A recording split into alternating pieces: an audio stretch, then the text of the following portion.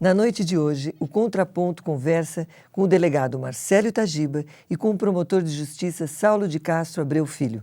Vamos saber o que pensam os ilustres secretários de Segurança Pública do Rio de Janeiro e de São Paulo. E você que está assistindo, de olho na tela. Vamos lá.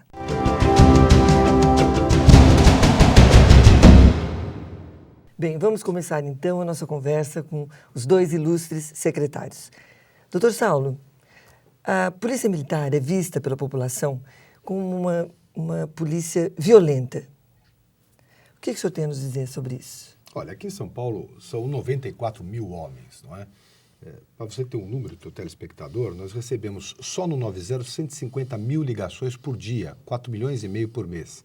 É evidente que uma ou outra situação você pode ter de enfrentamento e é a polícia que está na rua. Nós tivemos um período de letalidade, ou seja, as pessoas em confronto com a polícia, que ele aumentou realmente. Já reduziu em mais de 40%.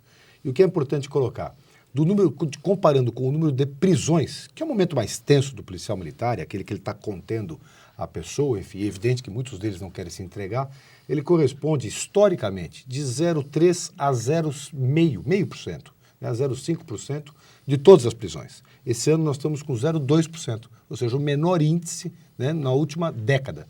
O que tem mostrado que a polícia militar não só tem trabalhado melhor, mais bem estruturada, os homens não chegam sozinhos na operação, e a melhor opção para o criminoso é se entregar. Né? Ou seja, coloca as armas no chão, levanta as mãos, ele será preso, como em 99,8% das prisões. Se partir para resistência e troca de tiro, vai levar pior. Bom, é eficiente. O senhor está dizendo agora, é violenta? Não, ela não é violenta. Eu acho que ela trabalha, já teve períodos piores. Mesmo assim, nós temos um programa em São Paulo de acompanhamento do policial, no limite ao afastamento. E olha, não há condescendência com o policial que abusa da autoridade. Né? Vamos colocar a violência agora num outro patamar, do abuso de sua autoridade. Eu não tenho nenhum orgulho desse número, mas mais de 1.000 policiais no ano passado, e esse ano já está na casa de 400, foram demitidos a bem do serviço público. O presídio Romão Gomes, aqui da Polícia Militar, está lotado. Então, a Justiça Militar em São Paulo e a Polícia Militar aqui não tem a menor condescendência, a cúpula, né, com um policial que se desvia em qualquer ramo, não é, que ele tenha que atuar, quanto mais na relação com o cidadão. Por outro lado, doutor Tagiba, a Polícia do Rio é vista pela população como corrupta e ausente. Como é que o senhor, secretário, se defende disso? Eu tenho que me defender primeiro. Boa noite, Cacilda. Boa noite, Saulo. Não é questão de defesa nem de ataque. Polícia é um bem necessário da sociedade. As duas polícias do Rio de Janeiro, uma tem 196 anos, que é a Polícia Militar, e a Polícia Civil tem 197 anos de bons serviços prestados à sociedade. Então, são eles é que estão na linha de frente do combate à criminalidade e vem fazendo muito bem esse papel nos enfrentamentos com os traficantes fortemente armados. Aqueles que se desviam da boa conduta são imediatamente punidos. Hoje nós temos um programa que se chama Navalha na Carne, onde eu criei a conscientização aos policiais de que quem comete crime usando a farda e o distintivo que foi dado pela sociedade para que eles protejam a sociedade, tem que ser afastados. Porque eles causam um mal, em primeiro lugar, a toda a sociedade e, em segundo lugar, aos próprios policiais que estão combatendo o crime. Então, hoje, a política de governo do Estado do Rio de Janeiro é de combate à corrupção, afastando os maus policiais, separando o joio do trigo. Ótimo. As pesquisas, doutor Saulo, apontam que, comparativamente ao mesmo período do ano passado, de janeiro, se não me engano, a abril de 2005, comparativamente ao ano passado, o número de sequestros aumentou em São Paulo em 30%. Tá? O senhor atribui esse aumento a quê? A uma polícia menos eficiente ou à propagação da pobreza? Não, isso é importante, porque quando a gente trabalha com percentual e o número é abaixo de 100, fica muito difícil. Um exemplo básico para o telespectador, quer dizer, você tem uma cidade que teve um sequestro, por exemplo, esse mês, no mês seguinte teve 2, você tem um aumento de 100%. Sim. Volta a reduzir para 1, você tem uma redução de 50%. Ou seja, a gente sempre perde. Mas eu acho que é importante colocar o seguinte, em 2002, e eu respondo desde que eu assumi em janeiro de 2002, havia 58 sequestros em andamento, ao mesmo período. Hoje em São Paulo nós estamos trabalhando com números unitários. Nós estamos com 4 sequestros, 3 em andamento. Ainda existe. Sim. O que aumentou é no trimestre anterior. Ou seja, aí você tem que comparar a sazonalidade, as diferenças, tanto que sempre é uma curva que sobe e desce. Em relação ao período do ano passado, ao mesmo período, os sequestros reduziram em São Paulo. No Rio, eles aumentaram por quê? Em decorrência do narcotráfico, secretário? Não, no Rio, eles diminuíram. Nós não temos hoje, no Rio de Janeiro, ninguém no cativeiro. Ótimo. Ou seja, um trabalho que vem sendo desenvolvido já há bastante tempo pela Secretaria de Segurança Pública, com índices de bastante sucesso. No Rio de Janeiro, nós estamos praticamente com o número Zerados. zero de sequestro na cidade. Beleza. No entanto, nós sabemos que as organizações criminosas, elas atuam nos dois estados, quer dizer, a globalização do crime. Eu pergunto aos secretários, existe um programa único de combate ao crime? São Paulo, Rio? Existe, secretário? Não, existe uma boa troca de informações, não só entre as secretarias, mas principalmente com a base, né? Que é efetivamente quem faz o dia a dia da polícia, não é? Quer dizer, eu passo, o doutor Marcelo Tagiba passa, deixamos uma marca, enfim, a política, uma diretriz, mas a polícia são instituições centenárias, como o próprio Marcelo colocou. Mas eles se entendem bem, não temos nenhuma rota de colisão com a polícia do Rio de Janeiro, muito ao contrário, de colaboração, e temos conseguido bons resultados. Mas o programa em si, um programa único de combate, ainda vocês estão em formação, vamos Eu dizer acho que assim, né? melhor do que um programa é ter isso que nós temos. Primeiro, um entendimento na cúpula. Eu e o Saulo nos damos bem, nos comunicamos naquilo que é do interesse das duas comunidades, São Paulo e Rio de Janeiro. E as nossas polícias na base sabem interagir. Vários programas, várias ações, várias investigações já foram feitas em conjunto pela Polícia do Rio com a de São Paulo e com a de São Paulo para o Rio. Então não há necessidade de formalização de um documento ou de um programa, porque elas já trabalham em conjunto, a nossa inteligência troca informações diariamente e a gente está trabalhando em conjunto. Doutor Saulo, qual a função da Operação Algema? Existe uma disciplina a respeito disso? Quer dizer, o uso da algema, como funciona isso? Não, aqui em São Paulo tem uma disciplina. A polícia só usa em caso ou de autolesão, quer dizer, a pessoa começar a se bater, se agredir, ou tentar agredir a terceiro, ou risco de fuga, não é? Quer dizer, nessas condições, quer dizer, ou periculosidade do próprio de um perigo criminoso. iminente, vamos dizer perigo assim. iminente, de risco, de agressão ao policial, ou a si próprio, ou de fuga, aí utiliza-se a algema. No mais, não há utilização de algema. Como, de fato, não vem utilizando? Não, quem avalia, quem é o senhor da ação é o policial. Se ele avaliar que há necessidade, que há uma desses critérios, um desses itens que eu te coloquei, ele pode usar o algema normalmente. Não há uma lei. Mas o que eu noto, e acho que a população também nota, acho que é importante eu até me estender um pouquinho nessa questão, é que nós vemos pessoas que não oferecem o menor perigo algemadas. A imprensa vai lá e fotografa pessoas algemadas, sem citar nomes que não oferecem perigo. Secretário, se há uma disciplina, como é isso? Não, eu não me recordo de ninguém assim, especificamente na minha gestão, que não tivesse esse critério. Quer dizer, o policial é punido. Se ele fizer o mau uso de qualquer instrumento, do revólver, da algema, do gás lacrimogênio, do cacetete, enfim, dos instrumentos que ele tem. Agora ontem. Bom, filho do Maluf, enfim, aí é primeiro que a Polícia Federal, quer dizer. Se eu pudesse entrar nessa... Vai entrar, vai chegar aí já, eu tá aqui. É evidente, o uso da algema, quer dizer, ele é o simbolismo, ele tem um simbolismo, quer dizer, é evidente, na medida que você coloca alguém, é o sentido de estar preso, né? Quer dizer, olha, a sua liberdade está privada e não tem um símbolo maior, que é a grade da cadeia e a algema. Que é a questão... Necessidade ou não, aí já parte para outro campo. Quer dizer, no campo técnico... Ele tem a parte administrativa. No campo técnico, você pode dizer, olha, era desnecessário. Não oferecia risco, não ia agredir ninguém, nem ia fugir. Certo. Agora, tem um simbolismo que aí cabe a cada... Doutor Itagiba. Eu acho que a algema é uma coisa de só menos importância na discussão. O que se discute aqui é a prisão. A algema é uma consequência da prisão decretada pela justiça. Se o indivíduo está preso, ele tem que estar algemado. Essa é a norma, por exemplo, da polícia americana. Quem está preso está submetido à guarda do Estado. A partir do momento que está submetido à guarda do Estado, nós temos que zelar pela integridade física daquele cidadão.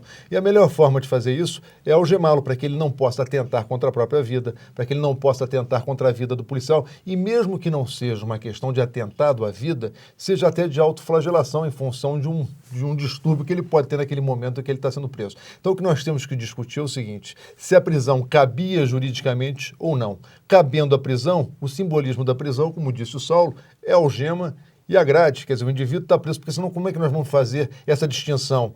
Para o pobre se algema e para o rico não? Então eu acho que algema e cadeia é uma consequência do decreto de prisão. Se houve pressuposto da justiça para decretar aquela prisão, o indivíduo está preso. Tá, então por que o critério, vamos só insistir um pouquinho nesse assunto, por que o critério da algema não pode ser o perigo?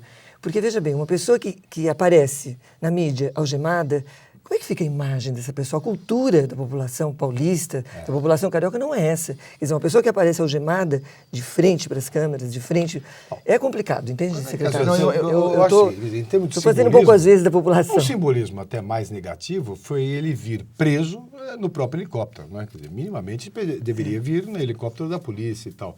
E não, até porque quem pagou o helicóptero e a gasolina do helicóptero, já que ele está sendo acusado de desvio de verba pública, pode até ter sido o erário, né? Nós todos pagamos a gasolina daquele helicóptero.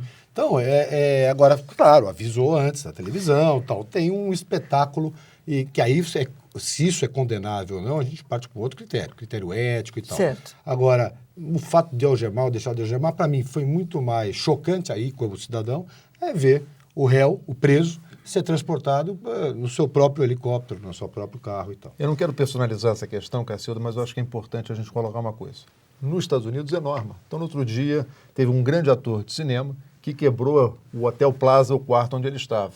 Ele saiu preso pela polícia de Nova York com as algemas no braço. Também um ator não oferecia risco nem perigo. Então, esse é um pressuposto. O que nós temos que analisar é se cabe a decretação da prisão daquele indivíduo de acordo com a lei. Porque se ele está preso por ordem da justiça, ele está preso. Onde é que ele vai ficar guardado? Numa sala ou numa cela? Todos têm que ter o mesmo direito, todos têm que ter um tratamento igualitário. Eu acho que as pessoas têm que sair algemadas e presas quando presas forem e também ser colocadas numa cela. Bem, mudemos um pouquinho de assunto, porque isso aí vai o programa inteiro discutindo a questão das algemas. Os senhores cuidam da segurança de dois estados significantes, muito significantes brasileiros, né? 2 estados brasileiros. A pergunta é, de forma responsável, os senhores acreditam que o Brasil está pronto para tirar as armas, proibir as armas para os civis comuns, com esse referendo que agora se aproxima? Quer dizer, vocês, em outras palavras, vocês acham que vocês vão dar conta do recado, tirando as armas, quer dizer, de uma certa maneira, a população se defende um pouco com elas, né? Como é que fica? Não vai facilitar a vida dos bandidos? Eu acho que é uma questão bastante polêmica, por isso é que nós estamos indo para um referendo. E a gente não pode partidarizar essas questões. Então, em primeiro lugar, qual é o trabalho que a polícia vem fazendo para desarmar os bandidos? Então, esse é um trabalho importante.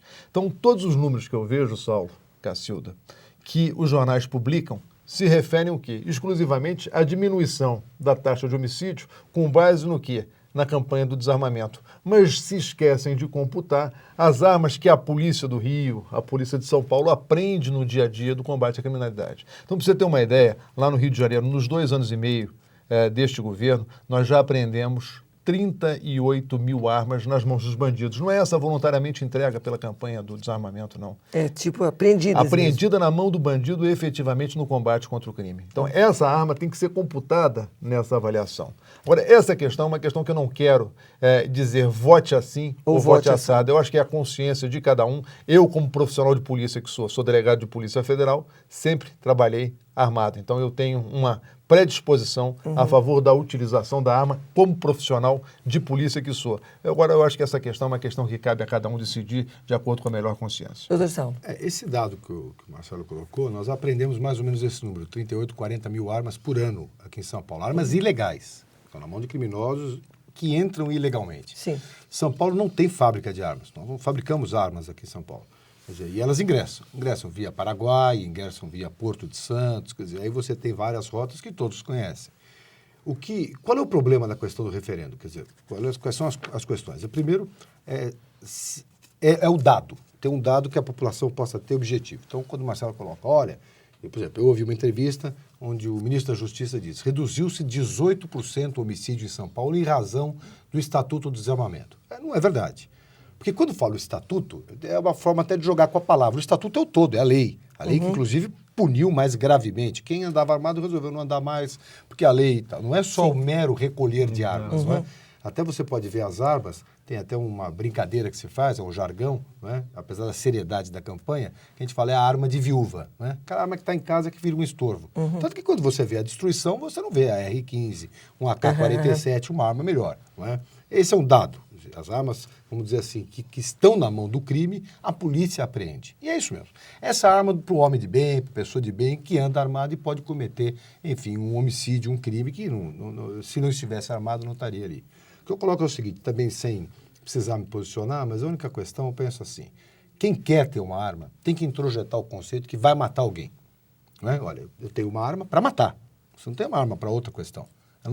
Ela não se presta a mais nada a não ser tirar a vida de outra pessoa.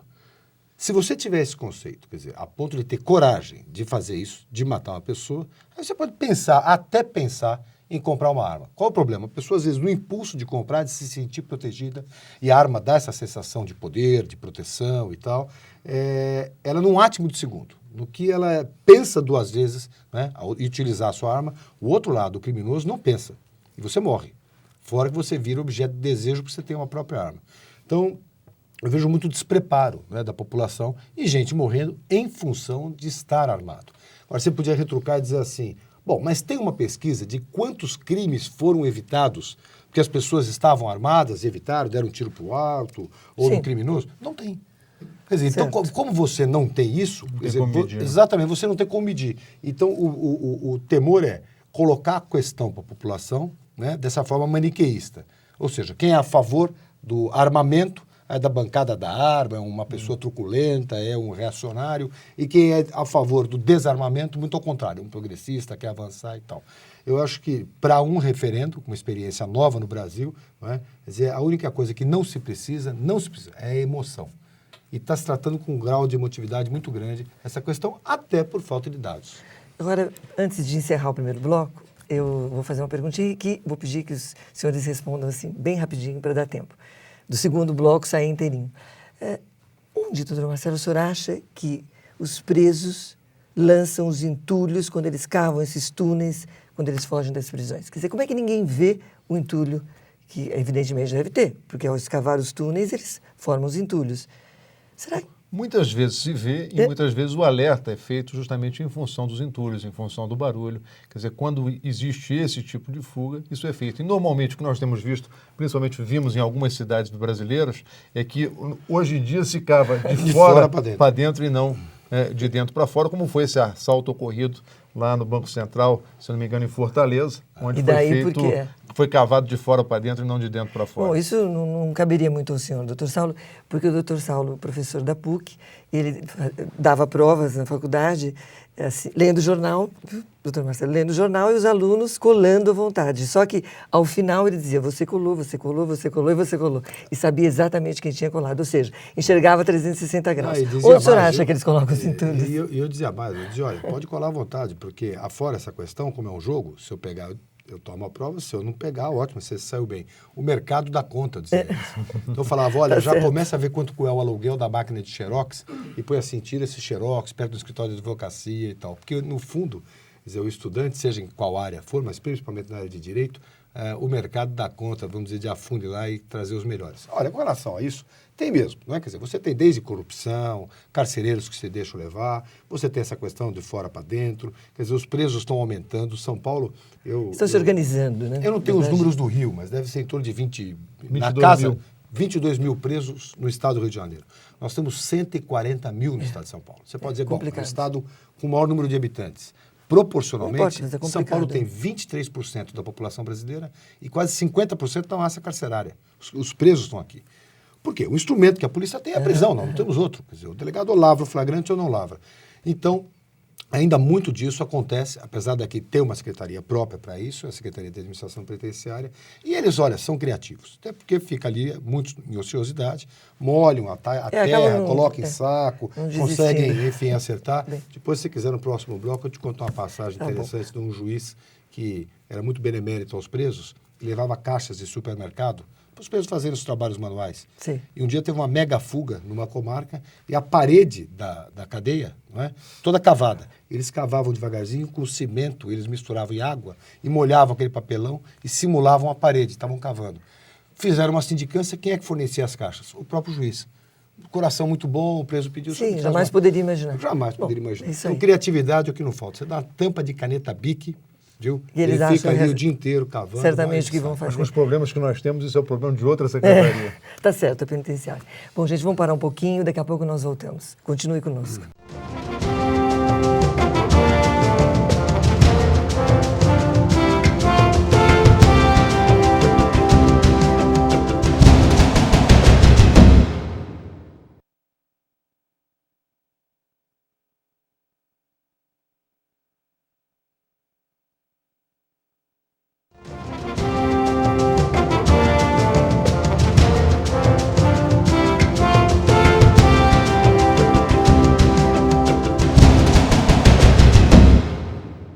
Dando início agora ao nosso segundo bloco, e que vocês já sabem, é ping-pong, toma lá da cá. Bom, na sua opinião, a Polícia de São Paulo é devidamente treinada, doutor Saulo? Sim ou não? Eu acredito que sim. Projetos modernos de treinamento? Projetos modernos, nós temos 4 academias da Polícia Civil junto com a Polícia Militar, agora estamos montando, enfim, uma estrutura melhor. Acho que para o treinamento de rua e para o treinamento de policial, na área de inteligência, o investimento está melhorando bastante. Vai bem, obrigada. Doutor Marcelo, e quanto à Polícia do Rio de Janeiro? Ela é bem treinada? Se aperfeiçoando cada vez mais. Isso é que a gente pretende da nossa polícia.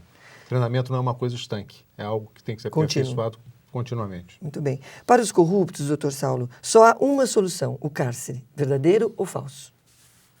É, de certo modo, verdadeiro. Eu, além do cárcere, eu acho que o corrupto tem que devolver o dinheiro. Né? A parte do corpo que mais dói, não tenha dúvida, que é o bolso. Doutor Marcelo, o coordenador da Ouvidoria do Rio, tenente-coronel Jorge Ismael, ele defende que o alto número de queixas de falta de policiamento é resultado da sensação de insegurança. Diz ele, o medo das pessoas é tão grande que elas defendem haver um policial para cada habitante. Eu pergunto, o senhor acha que é isso mesmo ou a população quer apenas o mínimo de policiamento? Não, eu acho que existe. Essa pergunta não é muito mais complexa do que o sim ou não. Eu acho que existe a questão da insegurança objetiva e da subjetiva. O objetivo é quando o fato realmente ocorre e você tem a sensação efetiva de que o fato foi cometido contra você. Subjetiva é quando a imprensa divulga determinadas coisas de forma exacerbada. Então eu acho que todo mundo quer polícia, todo mundo deseja polícia e o número que todo mundo sabe é 190.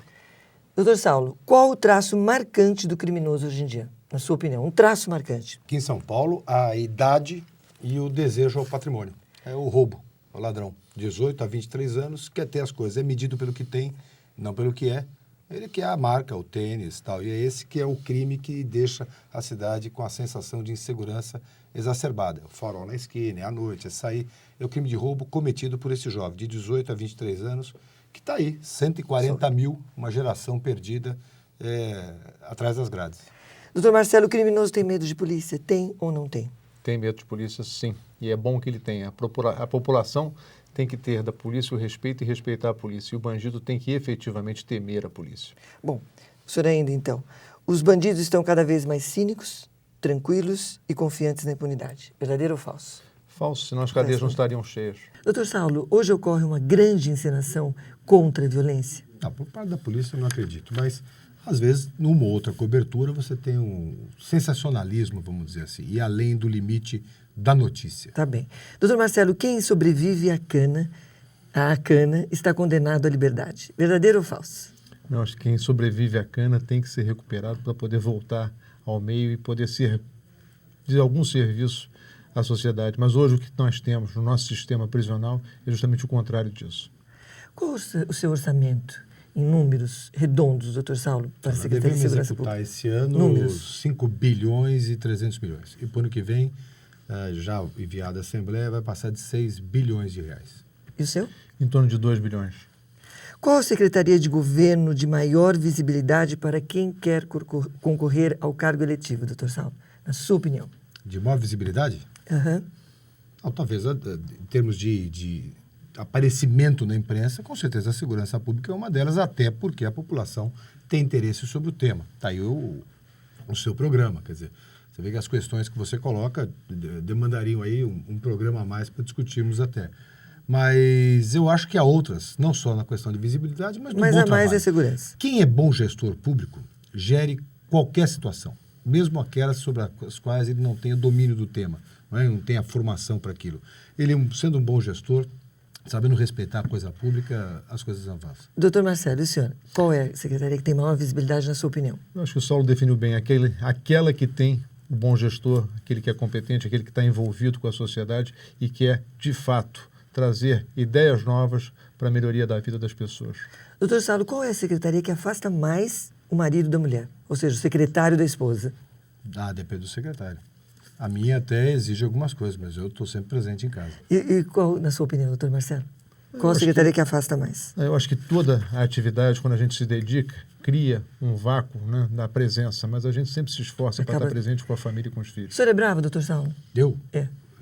No serviço? Bravo. O senhor é muito bravo, doutor Marcelo? Não, eu acho que a gente tem que tratar as pessoas com cortesia, com educação, para fazer as coisas acontecerem, mas sem abrir a mão da autoridade. Numa frase, doutor Saulo, diz para nós o que é uma noite romântica para o senhor. Numa frase. Eu e minha mulher. Não vai me dizer que é pescando, né? Não, eu e minha mulher. Ótimo. Para o senhor. Eu e minha mulher também. Muito bem. Há tempo, doutor Marcelo, o senhor mesmo, para o secretário de Segurança tomar 2 banhos por dia? Não entendi a pergunta, Cacildo. Há tempo para um secretário de Segurança Pública tomar 2 banhos por dia? 2, 3, 4, quanto for Ótimo. necessário. Bom sinal. O senhor consegue? Banho? É. Olha, quando dá um, eu já estou dando graças a Deus, mas de vez em quando a gente emenda um dia, 2. Aí o pessoal reclama. Tá certo. Aí você toma talvez banho. pela síndrome da perseguição, algum dos secretários dorme com pijama laranja. Não, nenhum deles. Laranja? É. Não, isso é muito mau gosto. O Marcelo tem cara de quem dorme com pijama Doutor laranja. Saulo, quando o senhor Laranja briga... é melhor que rosa, né, Saulo? Eu sou Doutor São Paulino. Saulo. Eu sou São Paulino. Isso eu já Por sei. a piada São é por Paulo, causa é. disso. Tá Mas é certo. assim, uma ponta de Pó de inveja. arroz. É uma ponta de inveja por Doutor quem Saulo. dominou as Américas. Doutor Saulo, conta para nós aqui. Quando o senhor briga feio com a sua mulher, quem vai dormir no sofá? O senhor ou ela? Sempre eu, evidente. E o senhor, doutor? Lá em casa a gente não briga de dormir no sofá. Isso é uma beleza. Olha, por favor. Olha, você sabe que tem aquela classificação histórica, né? 2 tipos de homem, né? Aquele em que a mulher manda e os mentirosos. Então, eu prefiro ser verdadeiro. Os senhores já tiraram uma arma de fogo em alguém? Eu já tirei. Já matou? Não matou, mas já tirei. O senhor já tirou? Já tirei. Matou? Faz Só tanto responde. tempo que eu não me lembro mais. Tá ótimo. Bom, agora, finalizando, por falar em matar, em não matar, em atirar e não atirar, tem uma história interessante a seu respeito. O doutor Marcelo, a fonte é fidedigna. Na época que o senhor trabalhava para a Polícia Federal ainda,